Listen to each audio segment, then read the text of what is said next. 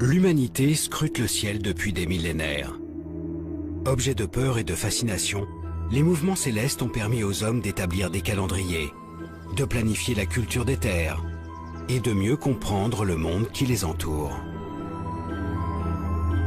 Petit à petit, les scientifiques ont mis au jour un espace gigantesque, peuplé de planètes, d'étoiles ou de gaz.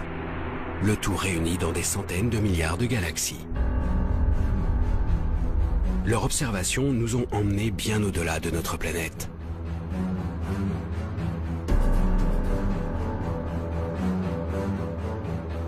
Pour dévoiler les secrets de ce nouveau monde, astrophysiciens et techniciens conçoivent des instruments capables de percevoir la moindre lueur, le moindre signal émis dans le ciel. Ils parviennent aujourd'hui à recréer sur Terre les phénomènes extrêmes qui agitent les confins du cosmos.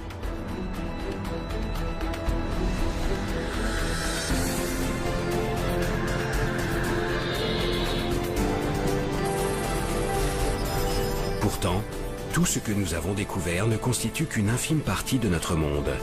Des forces et des objets d'une nature mystérieuse demeurent invisibles à nos yeux et à notre esprit.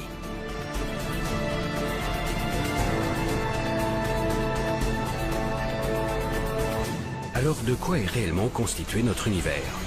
Quel mouvement l'anime en coulisses? Les scientifiques parviendront-ils à découvrir les lois qui guident son évolution? Partout à travers le globe, des nouveaux explorateurs du ciel partent à la recherche de ce monde encore invisible et tentent de lever le voile sur les secrets les plus intimes de l'univers.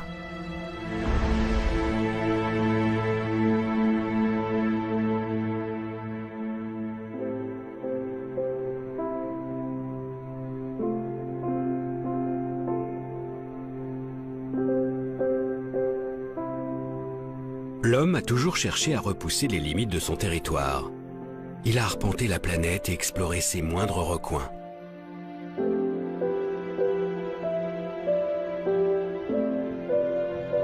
Mais au-dessus de notre tête, un monde continue de nous intriguer. Siège de toutes les croyances, ce firmament qui défile sous nos yeux semble hors de portée.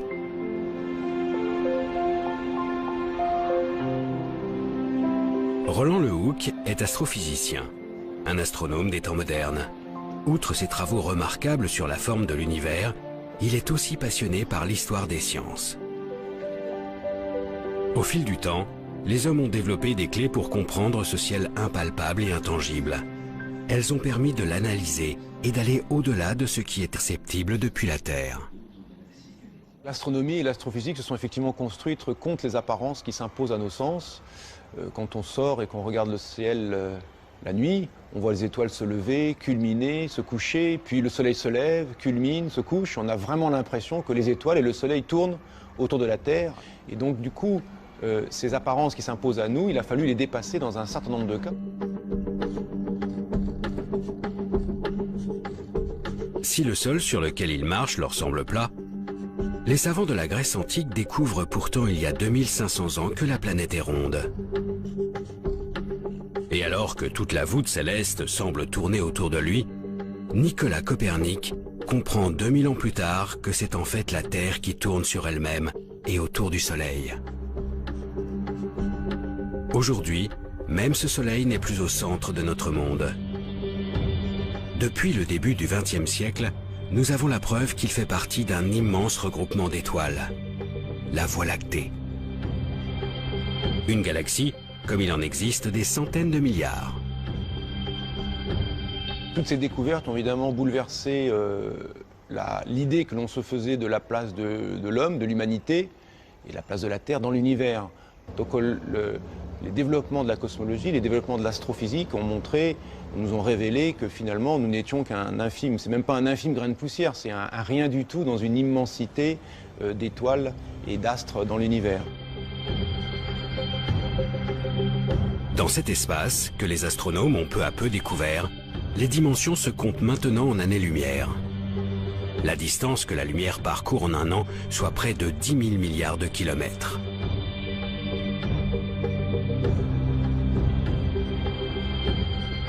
Depuis notre petite planète, nous commençons donc à entrevoir la réalité du monde. Une immensité qui donne le vertige. Pourtant, Plus les scientifiques explorent l'univers, plus ils révèlent sa complexité.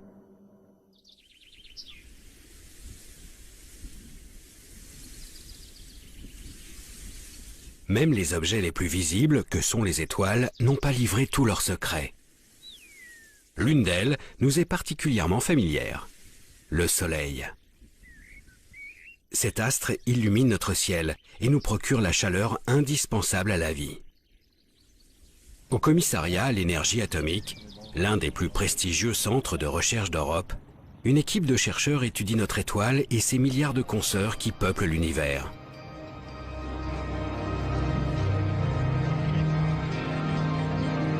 Grâce au réseau de télescopes et d'instruments de mesure disséminés sur Terre et dans l'espace, les scientifiques dissèquent ces astres, scrutent leurs moindres variations lumineuses et sondent les mouvements qui animent leur cœur.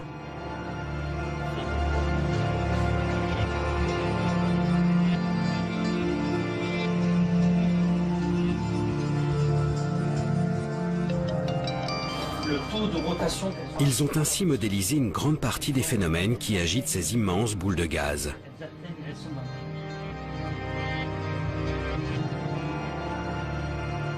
Pourtant, les conditions de leur naissance leur échappent toujours. Pour élucider ce mystère, l'Agence spatiale européenne lance en 2009 le plus grand télescope jamais envoyé dans l'espace, le satellite Herschel. À son bord, un miroir de 3,50 m et une batterie d'instruments de précision refroidis à moins 270 degrés en permanence.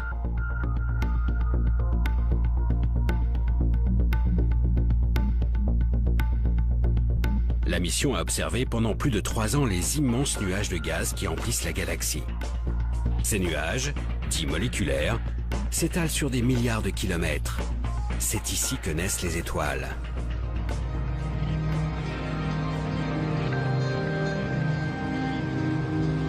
Coordinatrice d'un des programmes d'observation du télescope, Frédérique Mott travaille aussi au commissariat à l'énergie atomique. La grosse différence, c'est que là, on avait cartographié pour vraiment être proche de la main. Aujourd'hui, elle analyse les précieuses données fournies par le satellite. Herschel a permis de faire des grandes cartes du milieu moléculaire avec une très fine résolution, donc permettant d'observer à la fois la structure du nuage et les petits grumeaux de nuages qui vont former après les étoiles. C'est en fait la possibilité d'observer de manière simultanée ce qu'on appelle les proto-étoiles et la structure du nuage qui nous apporte énormément dans notre compréhension de la formation d'étoiles. Ça suffit déjà. Avec cadré. Super bulle ici. Grâce aux clichés pris par Herschel, les chercheurs ont ainsi été les témoins de l'apparition d'étoiles. Sous l'action de leur propre masse, ces grands nuages de gaz s'organisent en filaments et forment petit à petit des bulles de matière. Ces grumeaux finissent par s'effondrer sur eux-mêmes et créent de véritables brasiers de gaz. Ces points lumineux apparaissent clairement sur les images du télescope. Chacun de ces foyers donnera naissance à une colonie d'astres incandescents.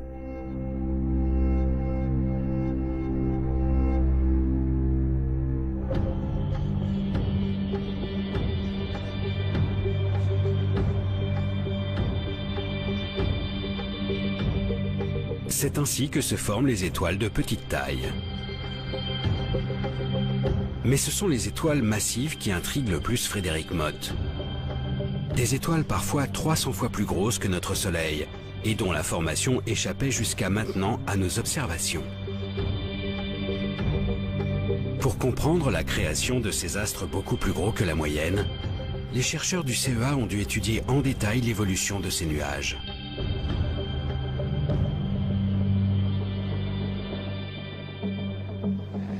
Notre résultat intéressant d'Herschel a été de s'apercevoir qu'il existait certaines zones, qui étaient souvent le centre des nuages moléculaires massifs, où on avait un enchevêtrement tel de filaments qu'on avait une convergence de matière à ces points-là, ce qui permettait de former non plus une petite collection d'objets de faible masse, d'étoiles de type solaire, mais plutôt une étoile très très massive, voire même plusieurs étoiles massives, et donc une population vraiment différente de ce que l'on connaissait jusque-là.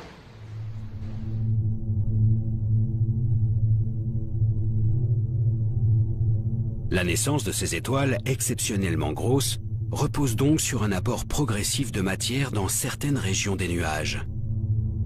Peu à peu, les jeunes étoiles vont absorber cette matière et grandir bien plus que la moyenne.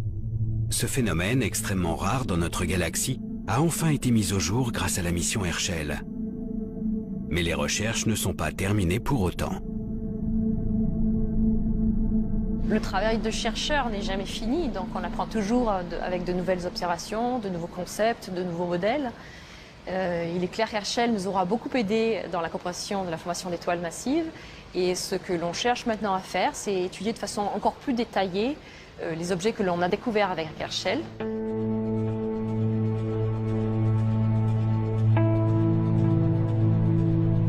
Les étoiles massives continuent de passionner la communauté scientifique. Car au-delà de leur naissance, leur comportement tout au long de leur vie reste très particulier. Bien plus brillants et chauds que le Soleil, ces astres brûlent leurs réserves de gaz exceptionnellement vite. Les réactions nucléaires sont si intenses qu'elles transforment l'hydrogène contenu à l'origine dans le nuage de gaz. Elles forment ainsi du carbone, de l'oxygène ou même du fer. Autant d'éléments qu'elles dispersent à leur mort, enrichissant l'univers de cette matière complexe qui constitue notre monde.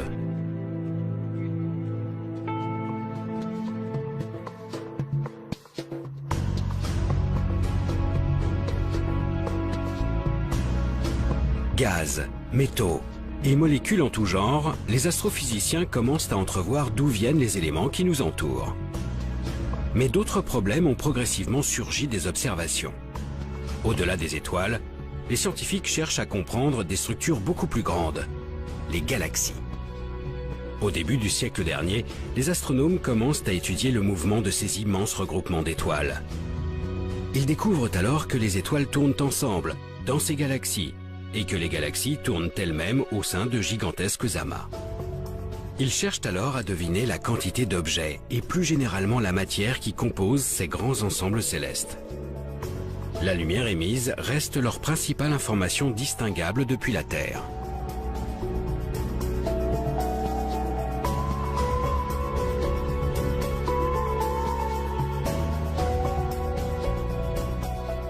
Quand il y a beaucoup de lumière, il y a des étoiles. Quand il n'y a pas beaucoup de lumière, il y a moins d'étoiles. Vous voyez, je dis ça, disons, très grossièrement, mais l'idée est là. Là où il y a de la lumière, il y a de la masse, et l'on est capable de déduire combien il y a de masse derrière telle quantité de lumière. Cette pesée de la galaxie, ou cette pesée d'un amas de galaxies, permet de déduire la dynamique à laquelle on devrait s'attendre, la façon dont devraient bouger les unes par rapport aux autres les galaxies dans l'amas, ou les étoiles les unes par rapport aux autres dans la galaxie. Et l'on constate que la dynamique déduite de la pesée ne correspond pas à la dynamique mesurée directement par observation spectroscopique. Depuis le début du siècle, les scientifiques sont donc confrontés à des observations contradictoires. Que ce soit les étoiles au sein des galaxies ou les galaxies entre elles, tout semble tourner trop vite par rapport à la quantité de matière visible. Plus précisément, avec une telle vitesse et si peu de masse pour assurer la cohésion de l'ensemble, les étoiles devraient être éjectées de leur galaxie.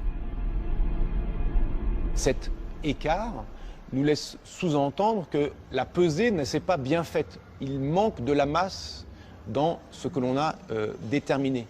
Et pour rendre compte de la dynamique réelle, on a imaginé l'existence d'une matière noire, aussi appelée matière sombre, ou d'une masse manquante, quelque chose que l'on ne voit pas, qui n'est pas détectable par la lumière et qui pèse, c'est-à-dire qui a un effet gravitationnel et donc un effet dynamique sur la galaxie ou sur les galaxies dans un amas de galaxies.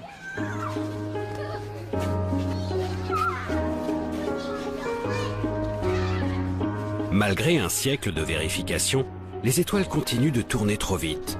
Tout se passe comme si une partie de la masse de l'univers était cachée. Une masse contenue dans une matière invisible et qui baignerait notre monde. Une matière différente de celle que nous connaissons.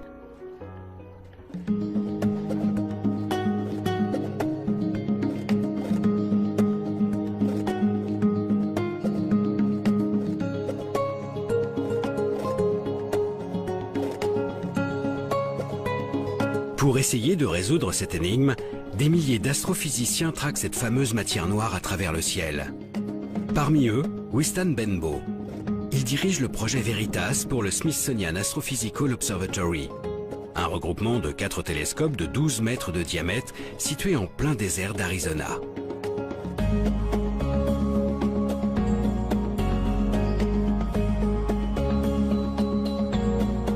L'air y est suffisamment sec et la nuit suffisamment noire pour permettre les meilleures observations. Ici, l'astrophysique recherche de l'inconnu.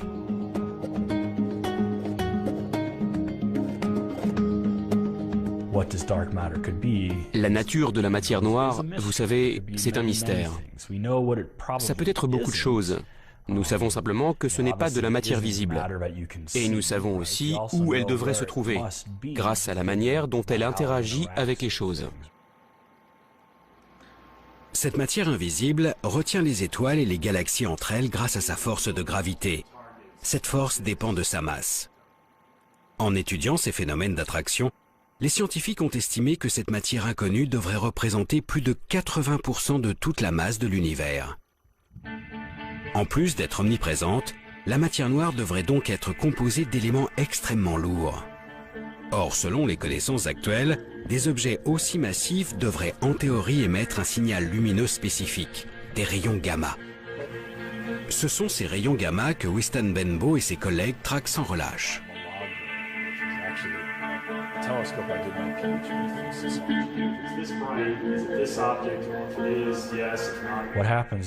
Ce qui se passe, c'est que la matière noire interagit avec elle-même. Une particule de matière noire peut interagir avec une autre particule de matière noire et créer un rayon gamma. Ce signal gamma, que nous espérons détecter, sera probablement très faible. Donc nous cherchons un endroit où il y aurait beaucoup de matière noire qui interagirait avec elle-même pour produire beaucoup de rayons gamma.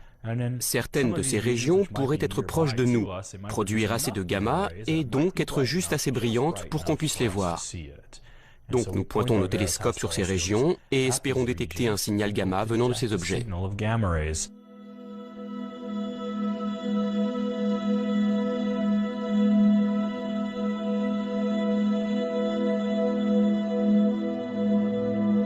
Wystan Benbow suit donc avec une attention toute particulière le centre de notre Voie lactée ainsi que nos galaxies satellites.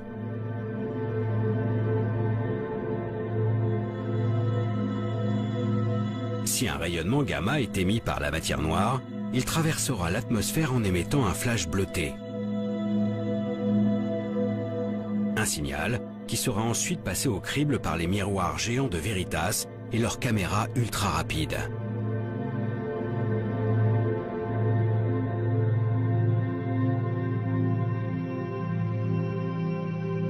Pour le moment, aucun télescope n'a enregistré de telles manifestations. Les yeux braqués sur le ciel, les scientifiques continuent chaque jour de traquer cette matière noire si discrète.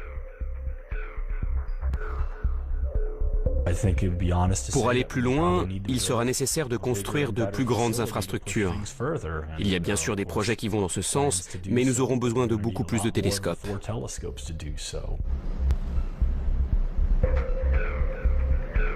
Afin de donner un nouveau souffle à cette quête, les scientifiques envisagent un réseau d'une centaine de télescopes, allant de 6 à 23 mètres de diamètre. Le réseau CTA pour Cherenkov Telescope Array. Il réunit 200 instituts de recherche venant des 4 coins de la planète. Aujourd'hui, les 10 000 mètres carrés de miroirs nécessaires à la construction sont encore en phase de test et le projet devrait voir le jour d'ici quelques années.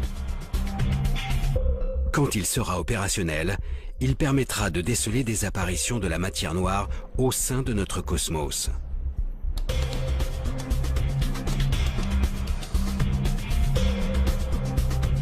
Pour l'instant, cette absence totale de détection a de quoi perturber la communauté scientifique.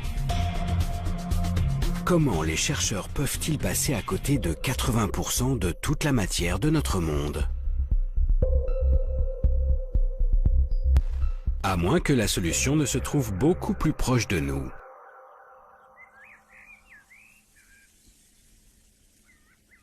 Si cette matière exotique emplit tout l'univers, et en particulier notre galaxie, nous devrions forcément pouvoir en trouver sur Terre. C'est le pari qu'a fait une équipe de chercheurs réunis au laboratoire souterrain de Modane. À 2 pas de la frontière italienne, enfouie sous le mont Fréjus, ces scientifiques ont mis au point une expérience audacieuse, baptisée Edelweiss.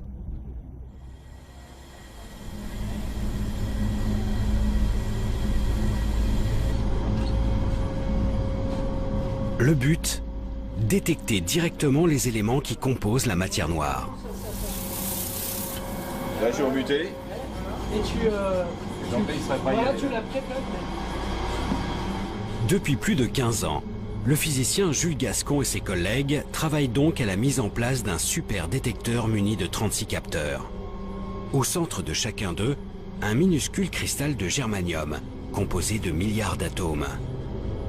Si une particule de matière noire vient percuter le noyau d'un seul de ces atomes, il sera déplacé. La température du cristal augmentera et produira un léger courant électrique. Ces indices permettront de caractériser la particule à l'origine de ce choc. Cependant, d'innombrables facteurs peuvent venir perturber ces mesures ultra-sensibles. Le problème, c'est que la nature n'est pas stable. Dans la nature, il y a toujours quelques noyaux qui sont instables dus à la radioactivité naturelle. Et cette radioactivité naturelle va bouleverser la vie de ces noyaux, les faire reculer, les faire bouger, ce qui donnerait donc des faux signaux de choc.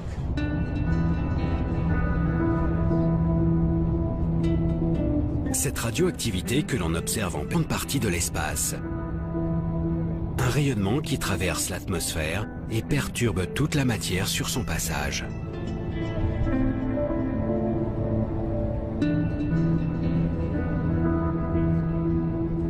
C'est donc pour se prémunir de ces rayons que l'expérience a été enterrée sous plus de 1700 mètres de roche.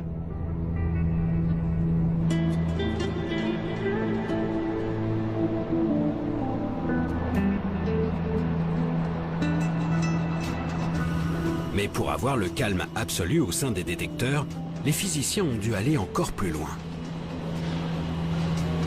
Une fois qu'on est sous la montagne, on a réglé la moitié du problème parce que il y a la radioactivité qui nous vient de l'univers, mais il y a aussi la radioactivité qui vient de la roche. Bien que cet endroit soit tout à fait ordinaire, c'est un taux de radioactivité naturelle qui est au-delà de ce qui est acceptable pour détecter les très rares signaux qu'on recherche. Et donc, on a un système de poupées russes, de différents assemblages d'écrans qui nous protègent de la radioactivité ambiante, de la radioactivité de la roche qui nous entoure, du béton qui nous entoure, des personnes qui nous entourent. Sous la montagne, les 36 détecteurs sont donc mis à l'abri derrière des écrans de polyéthylène et placés sous une épaisse cloche de plomb. Ici, seules des particules de matière noire peuvent les atteindre. Mais un dernier détail reste à régler, la température.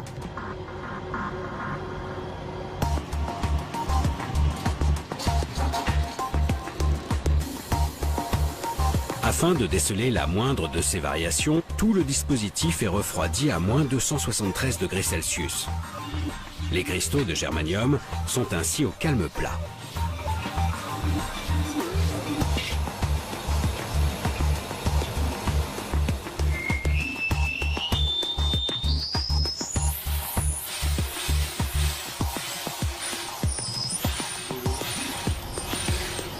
Mais tout le restant du rhum, c'est bon. Depuis quelques mois, tout est en place. La prise de données a commencé. Chaque jour, Jules Gascon surveille de près le comportement de ses capteurs. Par contre, il n'y aura plus notre mascotte. Il faut que la réponse du détecteur soit parfaite, c'est-à-dire que pendant plusieurs années, en regardant 1 kilo de matière, donc l'équivalent d'un milliard de millions d'atomes, il n'y en a pas un seul qui doit bouger sans raison valable. Tu vois, il t'explique mon transfert pur. Il ne reste plus qu'à attendre qu'une particule de matière noire passe dans les filets d'Edelweiss. Selon les calculs des chercheurs, un tel événement ne pourrait se produire qu'une fois par an, dans le meilleur des cas. Plus rapide. c'est une recherche de l'inconnu. C'est ce qui fait son charme de cette particule. C'est très intéressant de s'attaquer à ce qu'on ne connaît pas, mais le désavantage, c'est qu'on ne peut pas garantir que ça va marcher le lendemain, ou dans une semaine, ou dans un an. Dans l'espace ou sur notre planète, la matière noire n'a pas encore révélé son vrai visage. Les scientifiques ignorent toujours de quoi sont faits plus des 3/4 de la matière de l'univers. Un problème de taille dans notre compréhension du monde. Ce n'est pas une perturbation, ce n'est pas un petit supplément, c'est vraiment une quantité appréciable de matière de nature encore inconnue qu'il faut ajouter pour rendre compte de certains aspects dynamiques de notre univers. Et donc, évidemment, la découverte de cette matière sombre serait une découverte majeure dans la physique, notre matière ordinaire n'étant finalement que l'écume de l'ensemble de la matière de l'univers, ne représentant qu'une petite partie de l'ensemble de la matière de l'univers. Sans cette matière inconnue, l'univers ne tourne pas rond. Le mouvement des étoiles et des galaxies reste inexpliqué. Pourtant, la matière n'est pas l'unique clé de voûte de notre univers.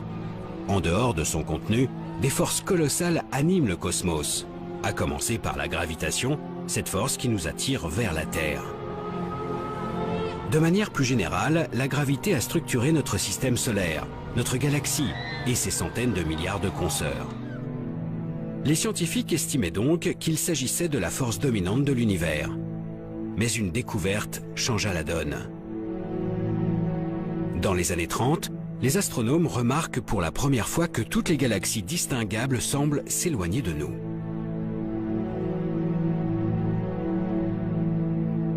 Cette observation de la fuite des galaxies a été interprétée comme une trace de la dynamique globale de l'univers, c'est-à-dire de son expansion. Tous les objets de l'univers s'éloignent de tous les autres objets de l'univers.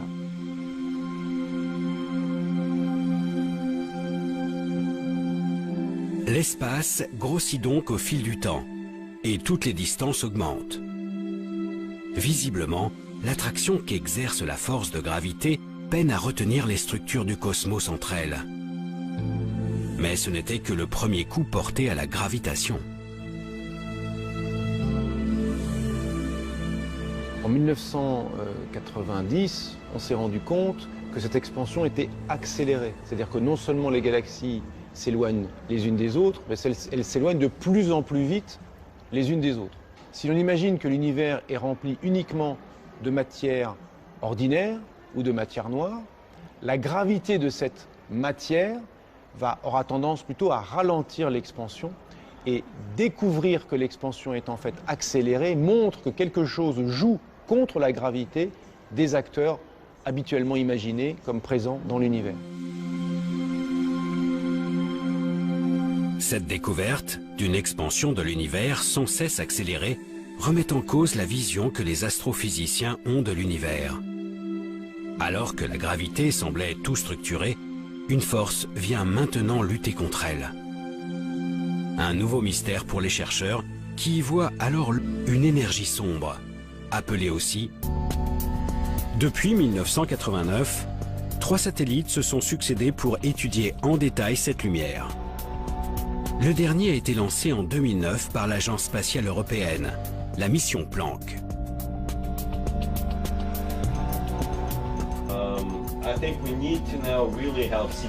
François Boucher est justement l'un des initiateurs de ce projet. Depuis des années, le cosmologue décortique les données fournies par le satellite. Ces images ont révélé avec une précision inégalée les différences de température dans cette lumière du fond du ciel. Seulement quelques millièmes de degrés pour les plus grands écarts. Des petites variations qui reflètent le contenu de l'univers à ses premiers instants. C'est comme l'empreinte des conditions à cette époque. L'empreinte au sens littéral, c'est-à-dire quand vous avez l'empreinte d'un animal disparu dans la boue, ça vous permet de reconstituer beaucoup de choses comme son poids et peut-être même d'envisager la manière dont il se déplaçait.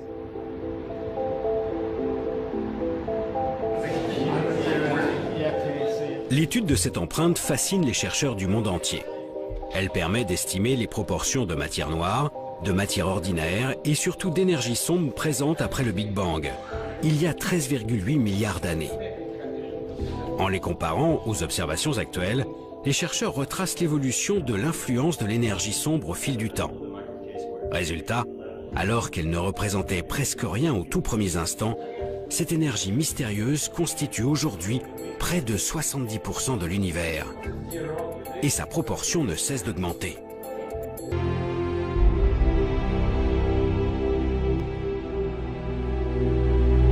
C'est la seule certitude que les chercheurs aient actuellement.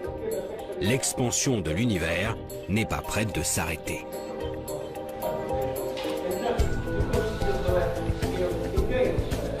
Si vous imaginez une enquête, ben on a juste vu une ombre. Bon ben voilà, l'enquête elle en est au tout début. Et voilà, on a quelque chose qu'on a appelé l'énergie sombre, dont on a la quantité et le comportement global, mais le reste c'est de l'histoire à écrire.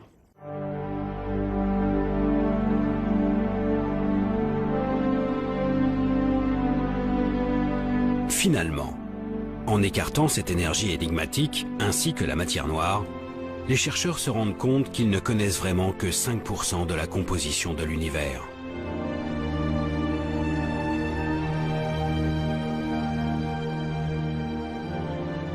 L'étude du jeune univers nous apporte donc de précieuses informations sur la nature de notre monde. Mais malgré le perfectionnement des techniques d'observation, cette première lumière émise par l'univers reste le signal le plus ancien que les chercheurs sont en mesure de capter. Un horizon au-delà duquel les observations du ciel ne semblent plus possibles. Afin de comprendre toujours mieux les mécanismes qui animent le cosmos, les scientifiques se sont finalement tournés vers leur imagination.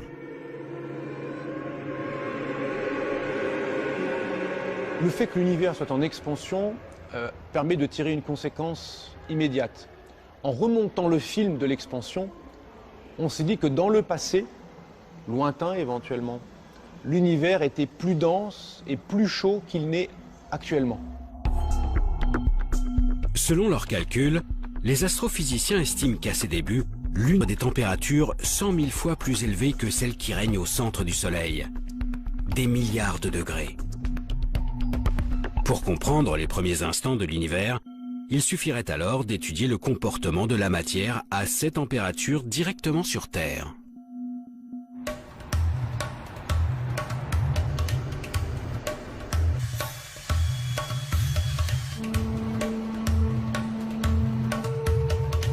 Il y a plus de 20 ans, à 2 pas de Genève, les scientifiques du monde entier se sont donc lancés dans une aventure sans précédent.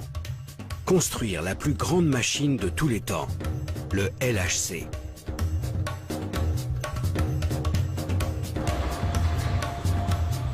Un anneau de 27 km, enterré à 100 mètres de profondeur sous la frontière franco-suisse. Le tout est jalonné de cavités mesurant des dizaines de mètres et qui accueillent les détecteurs les plus gros de la planète.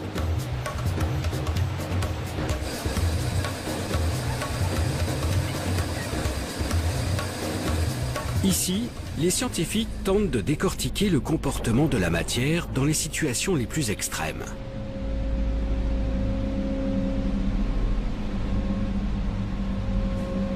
Depuis 2004, la chercheuse Gaëlle Boudoul travaille au sein de cette collaboration, réunissant des milliers de chercheurs et des dizaines de nationalités.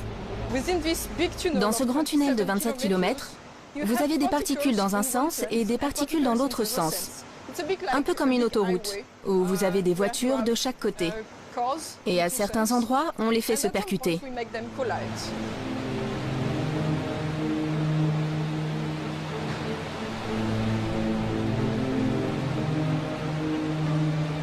Le LHC, cet immense tunnel, sert donc à accélérer des faisceaux de particules. Des noyaux d'atomes de plomb par exemple. Grâce aux 9000 aimants installés tout autour de cet accélérateur, ces particules sont lancées à une vitesse faramineuse. Lorsqu'elles atteignent près de 300 000 km par seconde, les deux faisceaux sont déviés de leur trajectoire et se percutent de plein fouet.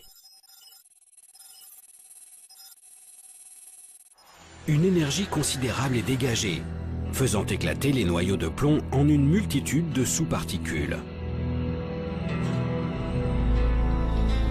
Tout l'enjeu est de saisir ces produits de collision grâce aux différents détecteurs.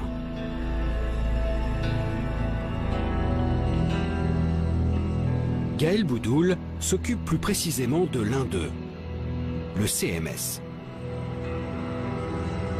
Un géant de 12 500 tonnes mesurant 21 mètres de long, 15 mètres de haut et autant de large. Avec ses collègues, elle a conçu une partie des systèmes de détection qui englobent ces chocs de particules.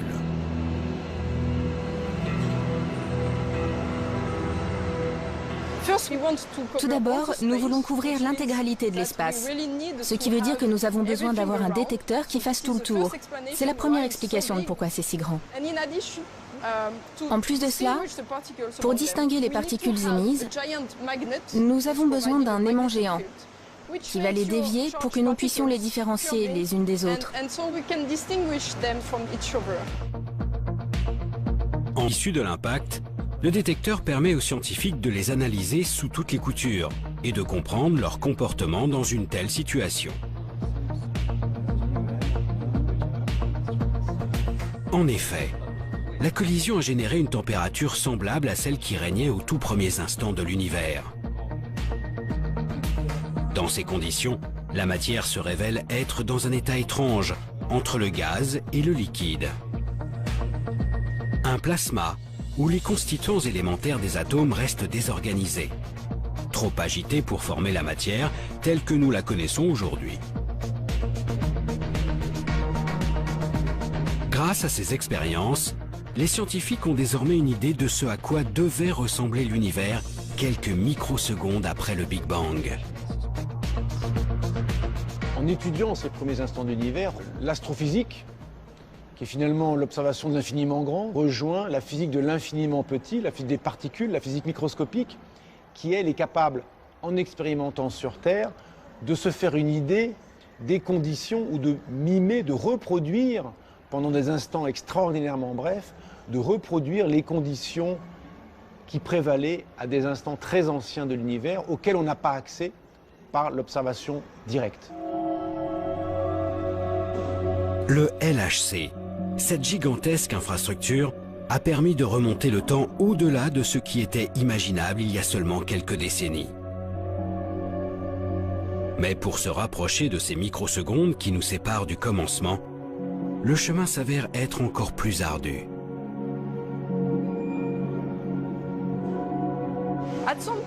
À partir d'un certain point, nos lois physiques ne sont plus valables. Nous pouvons toujours imaginer ce qu'il se passe. Il y a de nombreuses théories qui essayent de comprendre cela. La seule chose, c'est qu'on ne peut pas tester ces théories, parce que nous n'avons aucune expérience pour comprendre ce qu'on pourrait appeler le premier instant. Mais si vous revenez dans 20 ans, peut-être que nous aurons une meilleure idée.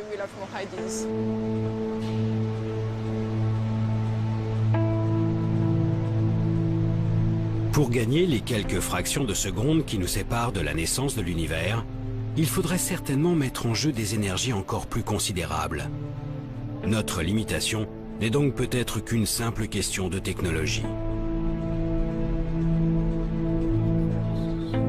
Sous terre ou dans l'espace, les instruments d'observation ont permis d'accumuler une quantité incroyable d'informations sur le contenu de notre univers.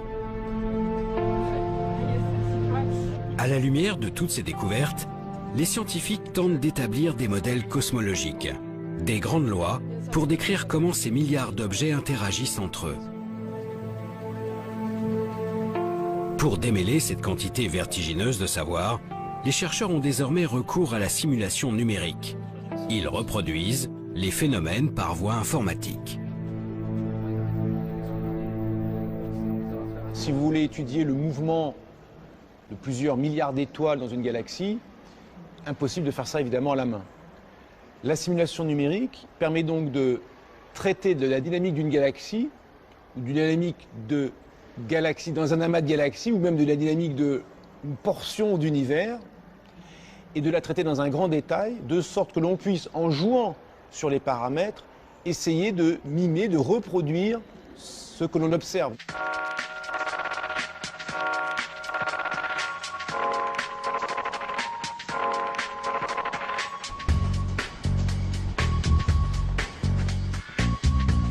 À l'Observatoire de Paris, l'une des plus grandes institutions mondiales d'astronomie, un cosmologue a poussé ce nouvel outil exceptionnellement loin.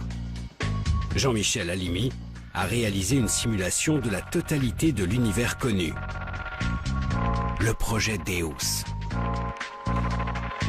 Son but, comprendre la formation de notre monde depuis la première lueur, il y a 13,8 milliards d'années jusqu'à nos jours.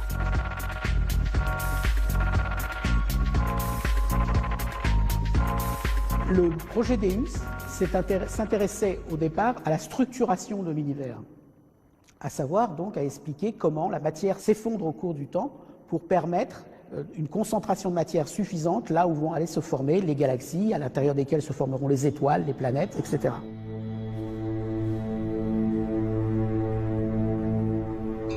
Afin de réaliser cette simulation inédite, Jean-Michel Halimi a dû prendre en compte l'ensemble des observations menées jusqu'à ce jour. Les objets visibles recensés, mais aussi bien sûr les effets de la matière noire et de l'énergie sombre.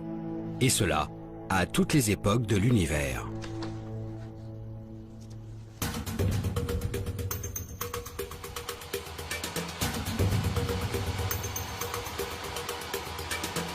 Pour traiter un tel nombre de données, le scientifique s'est tourné vers un des plus gros ordinateurs de la planète, le supercalculateur Curie. Une machine hébergée au très grand centre de calcul, capable de réaliser 1 million de milliards d'opérations par seconde.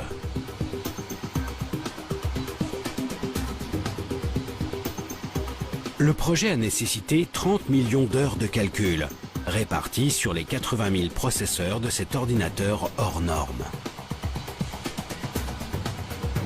Utiliser une machine comme l'ordinateur Curie dans sa totalité, c'est quelque chose qui n'avait jamais été fait, spécialement en poussant tous les aspects de la machine à leurs limites. Les moyens de calcul, les moyens de communication entre les différents éléments de l'ordinateur, la gestion d'une quantité phénoménale de données. À ce niveau, les choses n'avaient jamais été tentées. Les résultats obtenus fournissent une vue de l'univers à grande échelle inexistante jusqu'à ce jour.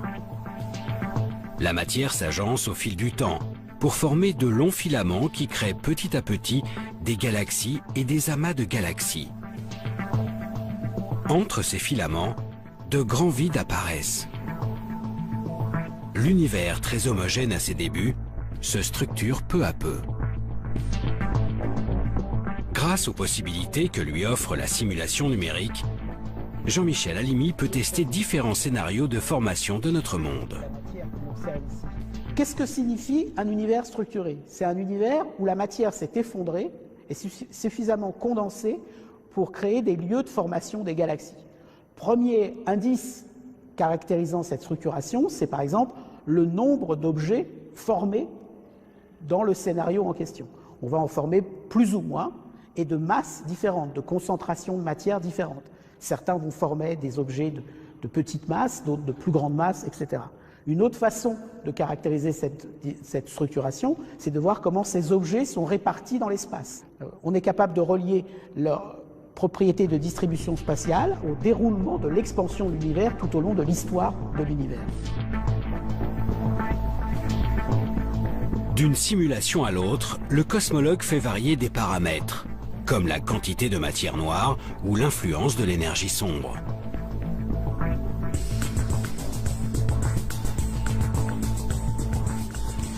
Des changements qui altèrent très légèrement l'organisation à grande échelle de l'univers.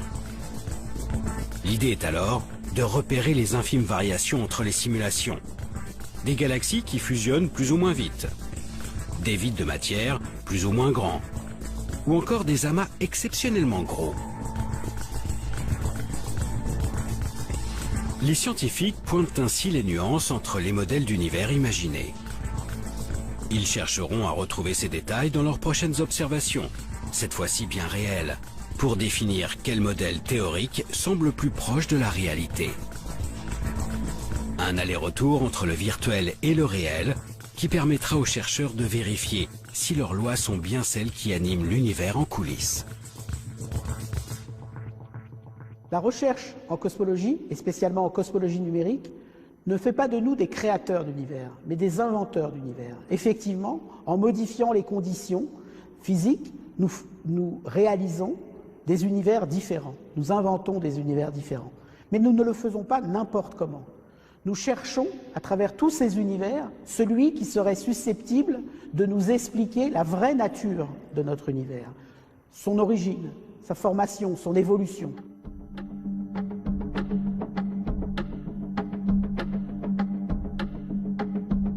Comprendre la vraie nature de l'univers. Depuis plus d'un siècle, les astrophysiciens et les cosmologues de toute la planète ont découvert ce monde gigantesque. En l'observant, en tentant de l'expliquer, ils se sont donné les outils pour apprivoiser ces échelles de temps et d'espace incommensurables.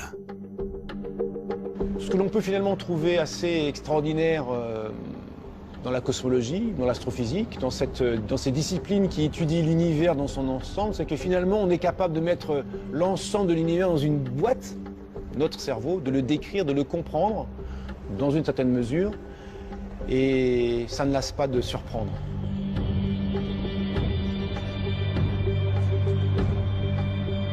On a réussi à développer un cadre qui permet de rendre compte finalement de manière assez économique d'un nombre absolument incroyable de faits. Maintenant, ça ne veut pas dire que cette histoire est figée, bien sûr que non. Il y a plein de zones d'ombre, il y a plein de choses qu'on ne comprend pas, et donc ça veut dire qu'on a encore plein de travail.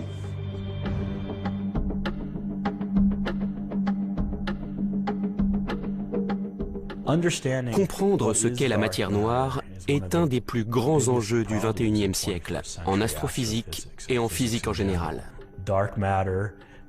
Nous ne connaissons pas près de 85% de toute la matière de l'univers. Si vous sortiez de chez vous et que 85% du monde qui vous entoure vous échappait, vous seriez un peu paniqué. C'est une partie de la physique où on s'attaque à des questions, à des phénomènes rares, à des nouvelles observations. C'est un travail de patience et parfois aussi de chance. En persévérant dans nos observations, en découvrant de nouveaux objets célestes, nous finirons peut-être par lever le voile sur les zones d'ombre de l'univers.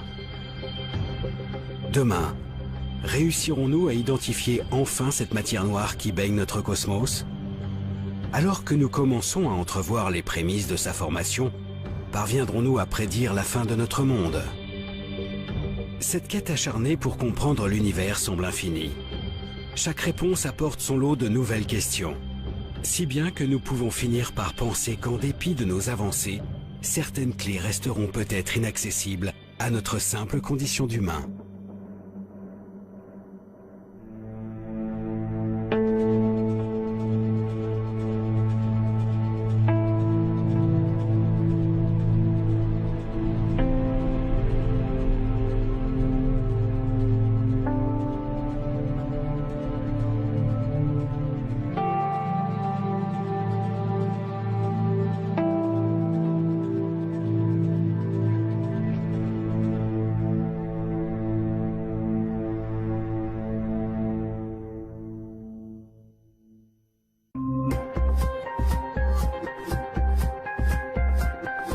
Contrairement